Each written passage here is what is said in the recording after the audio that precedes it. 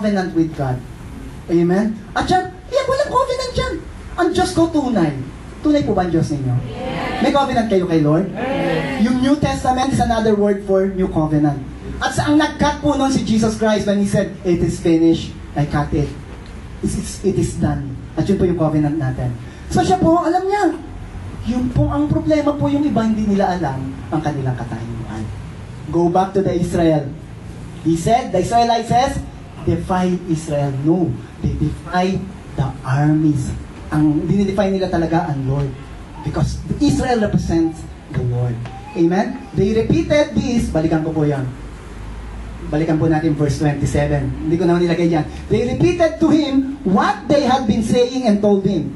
This is what will be done for the man who kills him. Sinabi na ho, marami pong incentive. So ito po sumunod na nangyayari. Next na ginawa, dahil ginagay siya ng Lord, dinala siya ng Panginoon doon. Pag dinala ka ng Panginoon sa isang lugar, may encouragement lagi sa isi doon.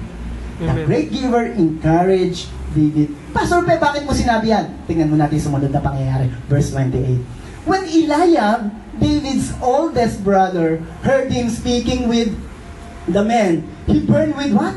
Anger at him and asked, "Why have you come down here?" Hoy! Pastor! Ba't nandito ka? Sabi niya gano'n, "Why have you come down here? And with whom did you leave those few sheep in the desert?" Shepherd ka lang hindi ka mawala. Ang ginagawa mo rito? Nakita niyo na ho yan. Pag kayo ay may pinagagawa sa inyong Panginoon, kayo ay talagang namang gusto niyo ay mangyari yung kalooban ng Panginoon, marami pong pumitigil. At malimit pa po, kamag-anak. Amen? Si Joseph po, sinong pumigil? Kamag-anak. Tama po? Joseph, nabasa natin yan. Sinong pa sabi, sasabi mong ikaw ang luluhod kami sa iyo. Lumuhod sila. Lumuhod sila sa mga tala ng panahon na. Amen? Ano pa? Si Moses. Hindi po ba? Sino? Yung kapatid niya mismo. Ikaw lang ba kinakausap ng Diyos? Marami po. At marami yan kapatid. Siya rin, si Lord Jesus Christ din po nasabi niya yun. Amen? Yung kapatid niya, sabat tingin sa kanya, may topak yung kapatid ko. Andito na, "Uy, nanay mo, andito Jesus. Tsaka mga kapatid mo. Gusto kang kausapin." Eh, sinasama nila kasi, kala nila, hindi tama rin pag-iisip ng Panginoon. Hindi nila kagad naintindihan. Ayun po inamin din ni James nung muli yung kapatid niya.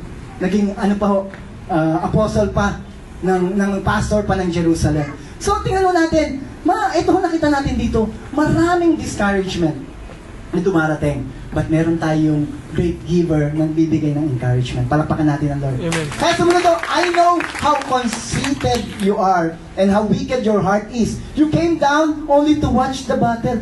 Huy, usisero ka lang. David! Sabi nung ni Eliab, usisero ka lang. Hindi ka talaga warrior. Verse 29. Di ba maraming po usi sa labanan? Amen? "Now what have I done?" said David. "Can't I even speak?" He then turned away to someone else and brought up the same matter. And the men answered him as before. Nagpadala po ba si David? Amen? Hindi. Nakinig po ba siya? Alam niyo, hindi totoo yung sinasabi ng kapatid niya eh. Alam niyo, hindi totoo yung sinasabi sa kanya. Kapatid, gusto mo maging successful sa buhay? Hindi lahat ng tao mapipilis mo. Gusto mo maging successful? Alam mo dapat yun. One thing, kung gusto mo maging successful, hindi lahat ng sinasabi sa iyo ay paniniwalaan mo. Kung ito naman ay talagang nangyayari at sa 100 tao na nagsasabi sa'yo, maniwala ka. Pero pa isa-isa lang to. At alam mo, mas maraming sabi, tuloy mo yung ginagawa mo. At alam mo, Panginoon mismo yung sabi sa'yo, pinagagawa mo yun, tuloy. Amen? Kung nakinig po si David, oo nga, shepherd lang ako. Bakit ko nasabing dinidefine niyang army of Israel? Hindi naman ako army. Pwede mo natin sabihin, malimit tayo, ganun ba? Pag may nakarinig na tayong discouragement, oo nga, wala na, uwi na lang. Wala na ako. Diba? Lungkot na. Poker face na naman. Amen? Pero siya hindi pumayag. Amen? Palakpakan natin ang Panginoon sa buhay ni David. What David said was overheard and reported to Saul, and Saul sent for him. And the men answered him as before. Inulit niya, ano nga uli? Sabi ni David sa verse 30, ano nga uli yung mga pwede mangyari sa akin? Tapos magandang pakinggan natin, pwede mangyari sa atin eh. Pinaulit-ulit niya, wow! Makakapangasawa ko ng prinsesa, wow! Ang dami, wala na akong babayaran tax free, wow! Hallelujah! Sabi niya, sinabi ni David, Ngayon yung nagsabi nakarinig sa sinabi ni David, matapang ito, atapang-atao ito, hindi atakbo. Amen? Dinabi po kay Saul. Verse 32, David said to Saul, let no one lose heart on account of this Philistine. Your servant will go and fight him. Saul replied, you are not able to go out against the Philistine. Oh, ayun na naman po. Leader niya pa. Hindi mo kaya yan. And fight him. You are only a boy. A boy. And has been fighting men from his youth. Bata pa yan, lumalaban na. Ikaw bata. Ngayong bata ka, shepherd. Walang pag-asa. Ilan ako nagsasabing hindi pwede? Dalawa. Grabe, meron pa. Verse 34. But David said to Saul, your servant has been keeping his father's sheep. Alam niyo na yung story nito. When a lion or a bear came and carried off a sheep from the flock, I went after it, struck it, and rescued the sheep. From where? From its mouth. When it turned on me, I seized it by its hair, struck it, and killed it. Aba, sinabunutan niya pa yung leon. Amen? Your servant has killed both the lion and the bear. This uncircumcised Philistine will be like one of them. Why? Because he has defiled the army of the living God. Sino yung God niya? Living God. Alam niya, buhay ang Diyos ko. Hindi ako iwanan ito. Alam niya, may plano siya sa akin. At alam niya, mararating ko yung planong yon. At ito mga bagay na nangyayari sa akin to, kahit ano pa ang sabihin ninyo. Tutuloy ka, hindi po si Nora Honor yan. Ano ba yan? 37. Maalala ko lang mo ngayon. Tawa ko lang mo ngayon. The Lord who delivered me from the... Dumating na ko nga pala si Nora Honor. The Lord who delivered me from the paw of the lion and the paw of the bear will deliver me from the hand of the Philistine. Saul said to David, go, and the Lord be with you. Then Saul dressed David in his own tunic.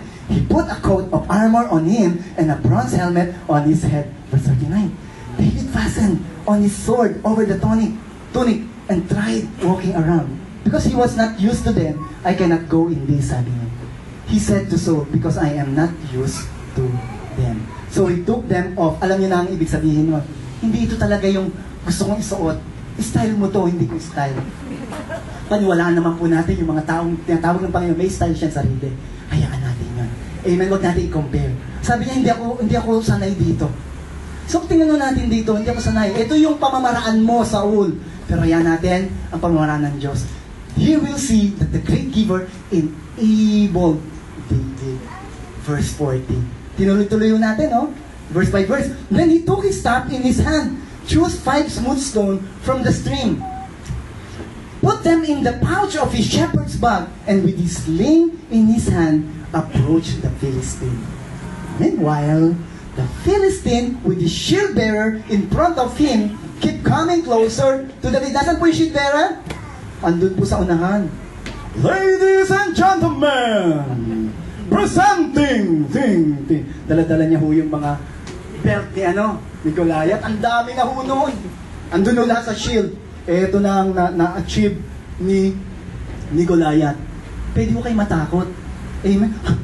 Si David, ba't lang hawak ko? Pero hindi ho siya nagpatalo. Tingnan natin ang verse 42. Alam niyo po bakit nauna yung shield bearer? Nakikita po, ito yung kalaban mo. He looked down over and saw that he was only a what? A boy. Sino? Ilan na ho? Yung kapatid?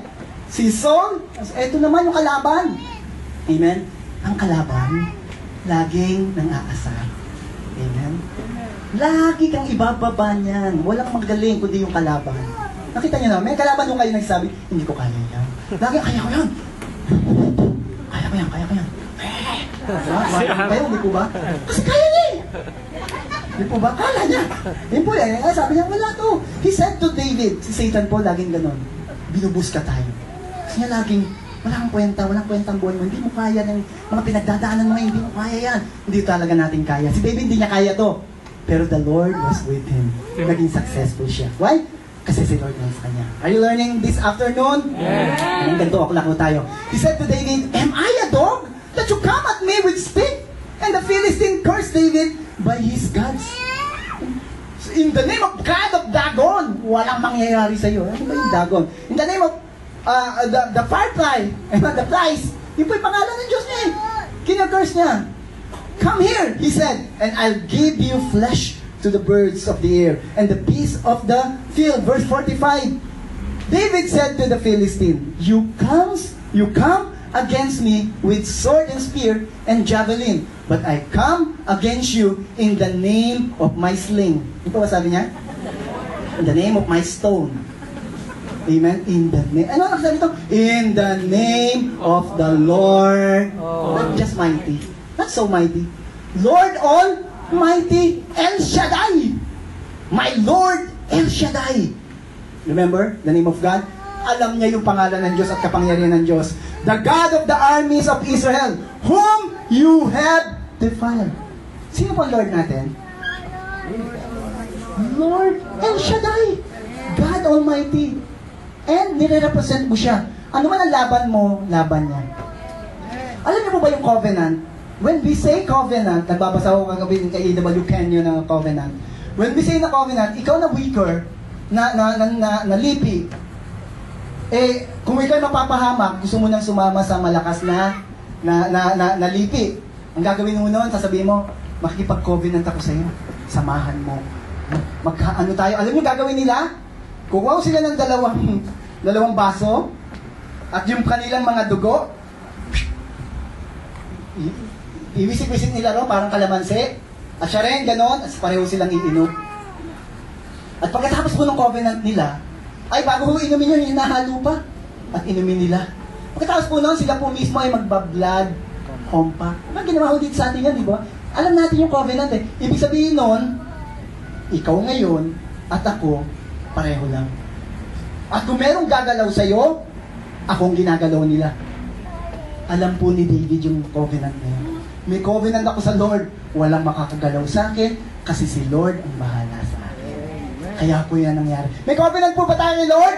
Hindi kayo magagalaw ng kaaway. Kaya kung may covenant kay Lord, yung success will happen sa buhay natin. Verse 47, all those gathered here will know that it is not by sword or spear that the Lord saves. For the battle is what? Recognize that. Ang laban kay Lord, hindi sa'yo. Ang buhay sa mundong ito kay Lord, hindi sa'yo. Tama? Ang biyaya sa Lord, sa Kanya yon, binibigay lang sa'yo, wala kang paghihirapan. Here, wala pong pinaghirapan si David. And He will give all of you into our hands. Hindi lang ikaw, Goliath, lahat kayo susunod na. Hallelujah. Meron pa ho ba? 48. As the Philistine moved closer to attack him, David ran quickly toward the battle line to meet him, reaching into his bag and taking out a stone. How many stones? One stone. He slung it and struck the Philistine on the forehead. The stone sank into his forehead and he fell face down on the ground. Nakita na ba kayo bumagsak ng ganon? Yun po yung mukha niya. Talunan no talaga, walang nasabi, ay, natalisod lang ako. Ay, nagapa, nadulas. Ito po, sabi ng referee ko, nadulas lang. Hindi, ito talaga, bagsak. Nakita niyo yung mga kalaban po ni Pacquiao na bumabagsak, na kitang-kita. Gumagano pa yung kamay. Yun po yun. Hindi po kamao ni Pacquiao to. Bato po ng Diyos ito. Isang bato na tingin niya, walang kwentang bato. Pero nung ito po'y binitawan, tumama sa noo, kung saan nanggagaling ang ulirat ng tao, bagsak po siya. Hallelujah, palakpakan po natin natin. Kapatid, may hawak ka rin batong ngayon. Amen? At pinagagamit sa iyo ni Lord. Wag mong batuhin ang kapitbahay mo. Ang kaaway, sabihin mo, wala kang karapatan sa akin. Amen, church? Hallelujah, meron pa po ba? Malapit na po tayong matapos. So David triumphed over the Philistine with a sling and a stone. Without a sword in his hand, he struck down the Philistine and killed him. David ran and stood over him. He took hold the Philistine sword and drew it from the scabbard. After he killed him, he cut his head with the sword. Hindi pa ako namatay sa bato. Yun na ang ginawa niya. He cut off his head with the sword. When the Philistines saw that their hero was dead, they turned and ran. And the rest is history. They ran and ran and ran. Hallelujah. Then the men of Israel and Judah surged forward with a shout and pursued the Philistines. Ah! Para pong brave heart, no? When the Israelites returned from chasing the Philistines, they plundered their camp. David took the Philistines' head and brought it to Jerusalem, and he put the Philistines' weapon in his own tent. Failure or success? Success. Failure or success? Success. Success!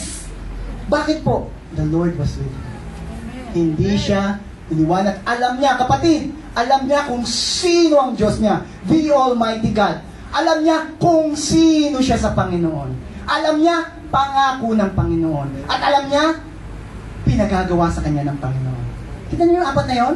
Alam niya kung sino ang Diyos niya. Alam niya kung sino siya sa Diyos. Yung kanilang covenant. Alam niya yung pangako ng Diyos. Hindi siya iwanan, hindi siya pababayaan. Ito ulit, alam niya pinagagawa sa kanya ng Lord yun. And he obeyed. And success follows. The key to David's success. I will end here. David continued to succeed in everything he did. Verse 18. For the Lord was with him. The word succeed. He succeed why? In everything. Because the Lord was with him. Is the Lord with you? Amen. Kasi successful kayo. Amen? Alamin mo lang kung sino ka. Marami pong naloloko, nagiging failure, tulad ni Saul. Hindi niya alam kung sino siya sa Panginoon eh. Hindi niya alam. Pwede niyang alam yun eh. Hindi niya kinilala yung Panginoon niya. Ito yung Panginoon, ito yung ginagaya lang gawin. Apat na bagay lang po yun. Huwag niyo lang kalimutan. Sino ang Diyos mo? Sino ka sa Diyos? Amen? Anong pangako niya sa iyo? At anong pinagagawa niya sa iyo? Yun lang po tinuturo sa atin ng Holy Spirit sa lugar na ito. Alamin po natin. Kilala niyo na po ba ang Diyos niyo? Kung di pa, kilalanin niyo pa. Kilala niyo na po ba ang sarili niyo sa Panginoon? Na kayo'y pinatawad, kayo'y matuwid, kayo'y mananagumpay. Hindi po ako nagsabi ng Biblia. Kayo ay, you can do all things through Christ. Remember, ang position, you are in Christ. When you are in Christ, kilala mo yung Christ na nasa iyo, you are victorious. You are successful. Sino mo naghanap ng success dito? Kapatid, successful ka na kung tinanggap mo ang Panginoon. Amen. Kailangan mo lang na mag-manifest sa buhay mo.